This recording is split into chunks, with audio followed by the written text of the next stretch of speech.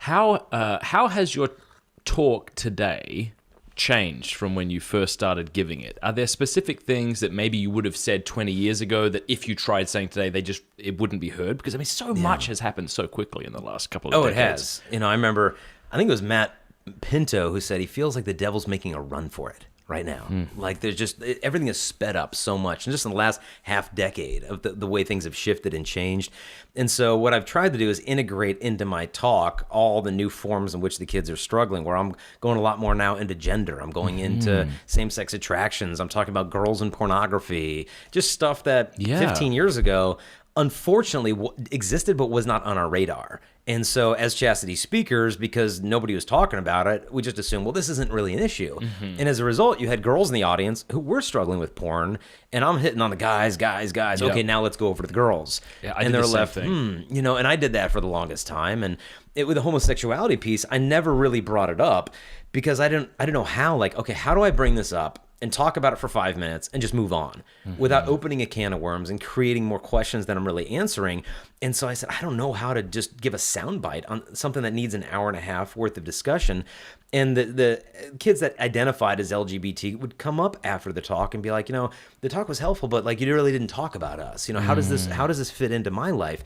And I shared with them why I was wrestling with how do I bring this into the talk without raising more questions than I'm answering adequately. Because that's a whole talk on its own, right? Yeah, and so I asked those students, the kids who identified LGBT, I said, would you pray for me that I would know which words to say? And they're like, we will. We totally will, because we need to hear about this for us too. And so I just started asking their intercession, and it bore immediate fruit, and stories started to come and experiences that I started tying into the talk, and then those kids started coming up afterwards, and hugging and thanking me because no one's telling them that there's an alternative between gay pride and gay shame. That it's either pick one or the other. Talk about that. Well, I think the young people are basically told, you only get two options. Okay, you have experienced same-sex attractions. Well, that's who you are. And so now you have only one of two options. Hide in a closet out of fear that if anyone knew you had those, they'd hate you and be bigoted against you. Or just come out of the closet. Embrace your sexual attractions as your identity. Forget about God, the church, and the Bible. Do whatever you want with your body. Gay pride, gay shame, what's your pick?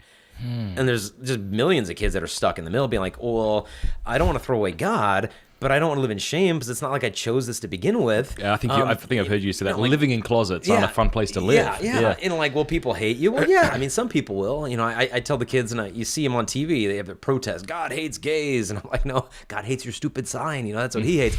And the kid's like, oh, wait a minute. Okay, where's this guy coming from? He's not supporting gay pride, and he's not supporting gay shame.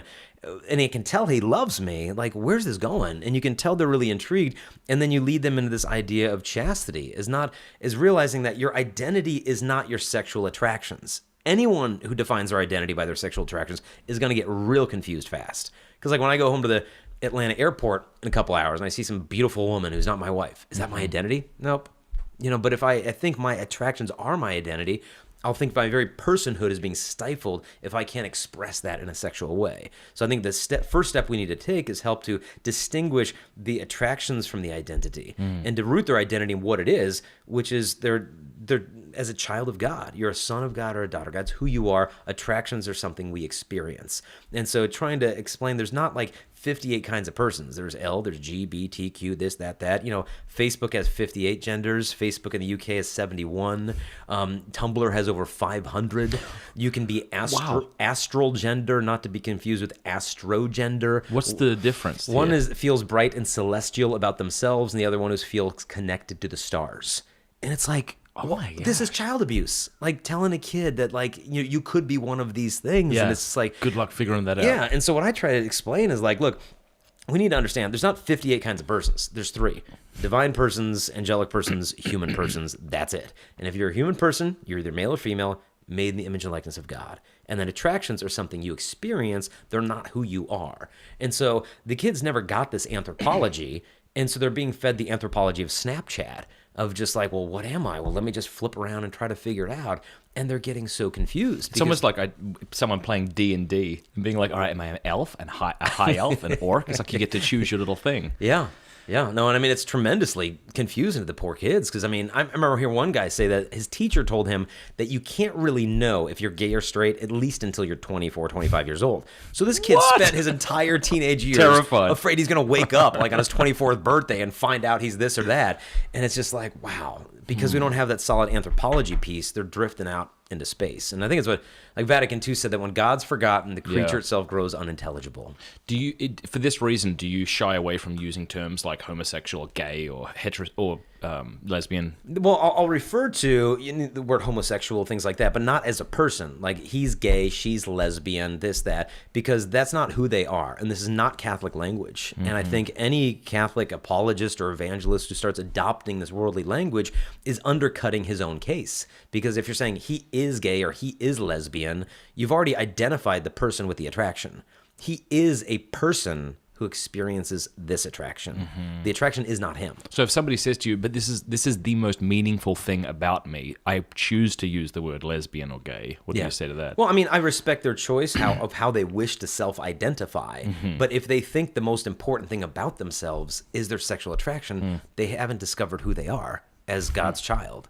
Because our sexual attractions are not something we're born with. I mean, there's no 1-year-old who has sexual attractions. It's something that evolves as we mature, but it's not who we are for all eternity. And anyone who thinks this is it for me, this is the most important piece of me, maybe there's a really important unfulfilled piece of you that you're seeking. I knew one man who lived an actively homosexual life, and then he realized, you know what? After all these years of doing stuff with guys, I wasn't homosexual, I was homo-emotional. I was longing for the affection, the attention, the approval and affirmation I never got from my own father, and the world taught me to sexualize, that lack of affection. And I realized that wasn't the solution. With partnering with men, I was longing for something that was a deeper need. And until that deeper need is met, it's always going to manifest itself sometimes in behaviors that don't satisfy. So when people come to your talks, have you experienced people being quite defensive around this issue, thinking that you're going to say one thing, and as you say, they seem a little surprised? What are those conversations like, and how do they respond to what you're saying? Because at the end of the day, and this is probably where someone will go, like, okay, that all sounds lovely, but you're still telling me I can't have sex with men. Like that's what you're getting at. So like, let's just cut through those fluffy words, which might be meaningful. Yeah. And they're cut short by that realization. You're still saying that. Does that make sense? Yeah. In terms of the resistance, I mean, we've had it from faculty as well as the kids. I remember before one talk, a teacher told me, she's like, okay, it was in Canada. And she said, now, whatever you do, don't talk about homosexuality, gender, any of that stuff. Don't even mention it. She said, I just walked into the bathroom the other day, and there's a trans kid slicing his wrists open, bloody in the bathroom. And if these kids hear anything that makes them feel even more isolated, but from their family and community, they're just going to jump off a bridge tomorrow. And so she said, don't even talk about it. And I said, well, can I just tell you what I would say? And then you tell me if you want me to say it. And I gave her the 5-minute spiel, and she said, please say that. Please say that. And so as a result, the kids come up after the words and the hugs and talks and things like that. But yeah, at the end of the day, when you have these longer conversations with the kids, because I tell them now, what does this mean for me in the long run? I tell them, go to the website, chastity.com, click the button homosexuality, watch the videos, and read the blogs. They're done by people who experience these attractions and to their own surprise have found more joy in embracing the church's see on sex than anything the world had offered them before. And so I encourage the kids, go to EdenInvitation.com.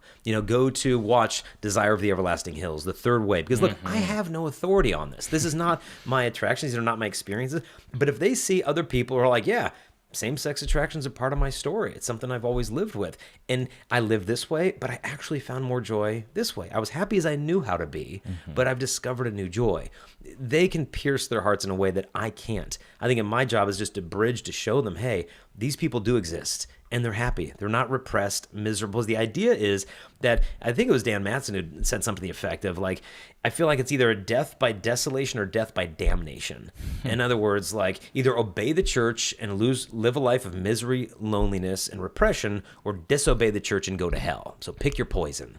I remember you even one sense, it's almost like it's heaven all the way to hell and hell all the way to heaven. But it's not supposed to be like that. And so these people deserve communion and love, but they need to understand that that love does not need to be expressed in a genital way all the time in order to be authentic human love. And sometimes abstinence is a tremendous expression of love. And this is what our culture doesn't understand.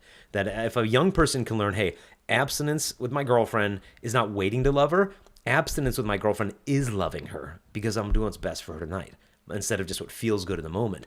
And if a man learns that before marriage and then he brings it into marriage, he's going to have such a stronger marriage. Like I tell the college kids, like the best preparation for me for sexual intimacy in marriage has been chastity and abstinence before marriage. And it sounds like, well, why would that be the case?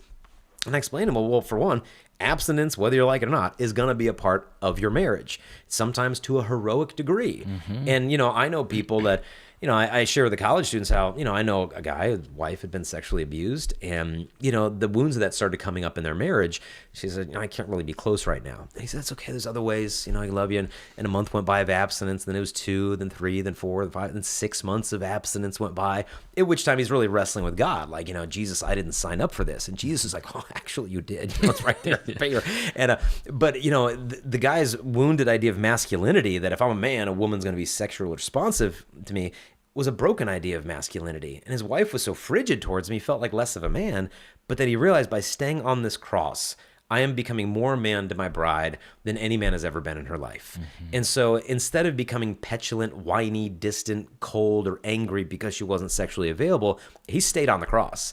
And her affliction ended up healing him of his broken idea of masculinity, and his sacrifice ended up healing her.